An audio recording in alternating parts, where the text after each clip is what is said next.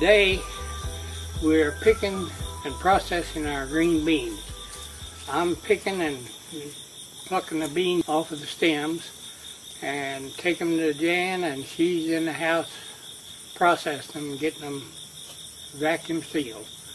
We always pull them because we don't want to bend our back too many times getting them, so we just pull them, and usually it works out quite well.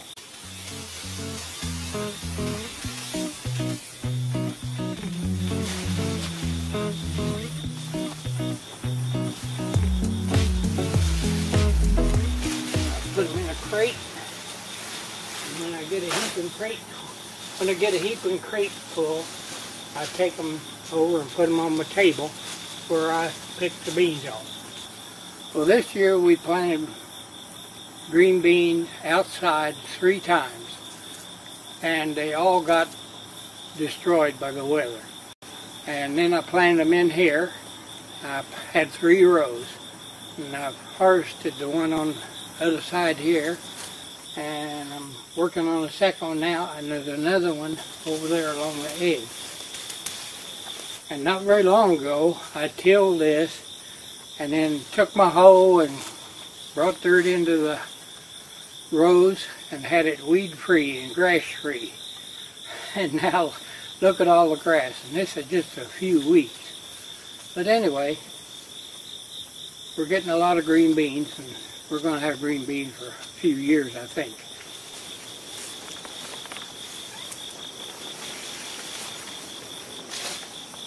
I have a kitty cat here, and he's keeping those big mean mice away from me, and so that's quite a helper.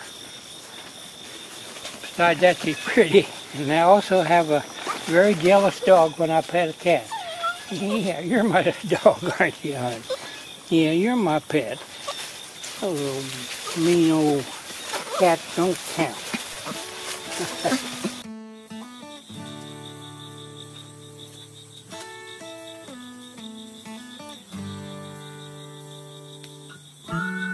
After we get a crate full of beans picked, I bring them over and dump on the table. Then I will pull the beans off and put them in a box there on the ground and take them to Jan, and she's canning them.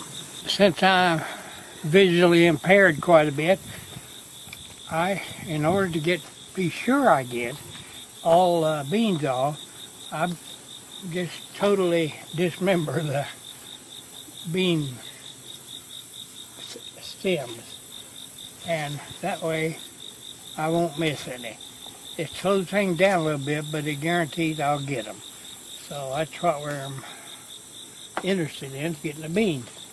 Several years now we've planted jade green beans, and we've been real happy with them. They make nice, firm, good length green beans, and they're very, very good and tasty.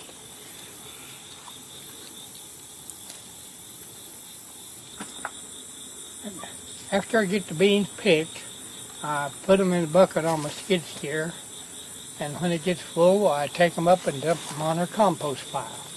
And by next year, they'll be composted and ready to use again. And I sit here in front of the TV and snap beans. It's a pretty relaxing thing to do, but you know, it feels like a waste of time, but it's part of the process that has to happen. So I'm going to watch TV while I'm doing it. See how nice some of these beans are? They're long, they're perfectly straight. Some of them, not every one of them is perfectly straight, but they are so good. This is why we love the jade green beans. And these beans are so fresh and crisp. I'm really enjoying snapping them and getting them ready.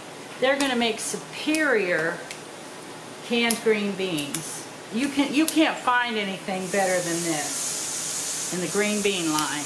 I'm raw packing the green beans and starting out just by putting them loosely in there, as full as I feel like I can, and then I have to shake them down, because if I don't put the beans tightly fit in there, all the beans will float to the top and I'll have too much liquid and not enough beans. So I'm cramming them down in there as best I can. I have water heating here on my stove that I'm going to put in there. At first I'll add half a teaspoon of salt to each one. I also have my canner over here with 2 inches of water, and it's heating slowly. I don't want it to be boiling hot when I put my jars in there. Now when you're dealing with cold product in your jar and you're putting hot water or syrup or anything like that into the jar, you need to be careful not to make everything too drastically hot or cold, because you don't want breakage. For sure, you don't want to go to all this trouble and end up with broken jars and wasted food that you've worked so hard to grow or buy, and you've worked so hard to prepare for your food storage. You want to leave 1 inch of headspace on these green bean jars.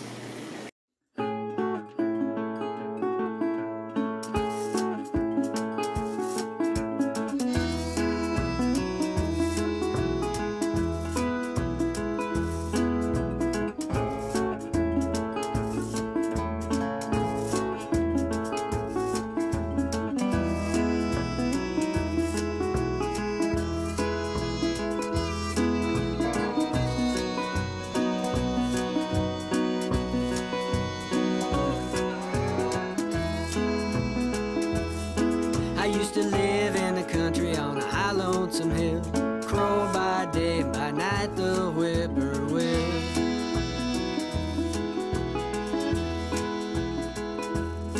I used to live in the country on a high lonesome hill, crow by day and by night the whippoorwill.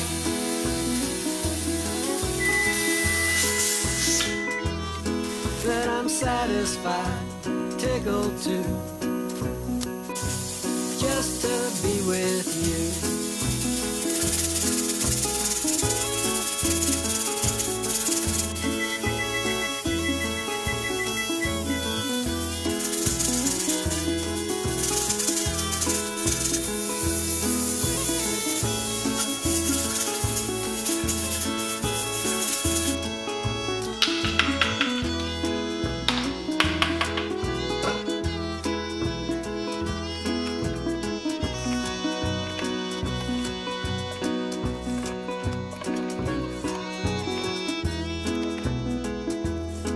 Well, I'm going downtown with my hat caved in, coming back home with a pocket full of tin.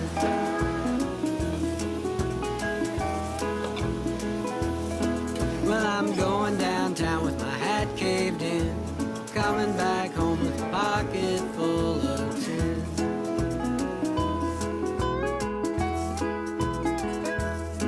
Well, I'm satisfied, tickled too, just to be with you.